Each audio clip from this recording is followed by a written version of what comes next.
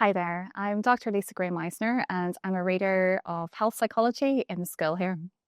My research focuses on the psychological and social dimensions of living with serious illness, caregiving, and bereavement.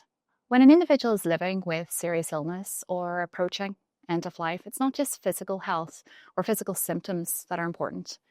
Indeed, psychological or social needs, such as emotional distress or loneliness, can be just as much of a priority, but perhaps are not attended to as much. I think that psychologists have a key contribution to make in terms of palliative and end of life care, both as clinicians but also as researchers.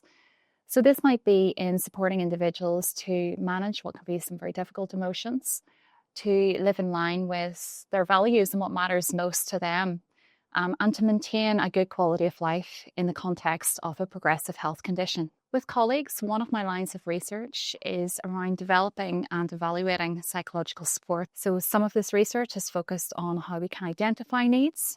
And the other aspect of that is really how we can best support needs and embed good psychological care within routine clinical practice. So this has involved looking at what you may more traditionally think of in terms of complex psychological interventions, but also looking at the likes of arts-based approaches, so music therapy, which can be very valuable when people find it difficult to express difficult emotions in words. So the aim of my research is to develop and understand what people's needs are, how we can best support them, and how we can implement good psychological care in clinical practice. With colleagues, another line of research that I'm involved in is how we can empower entire communities to support one another when affected by serious illness, caregiving, or bereavement.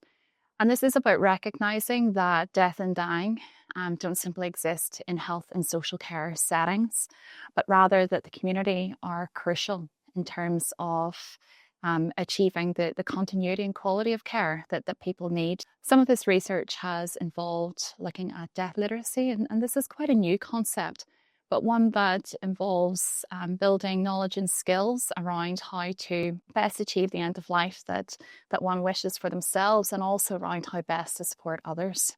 I feel incredibly privileged to work in this particular research area, as on a regular basis I work closely with those with lived experience of serious illness. And this research is having global impact. So it's not just about improving practice and influencing policy locally, although that is, of course, very important. But it's also about contributing to that overall international evidence base to ensure that psychological and social needs are met for anyone experiencing serious illness.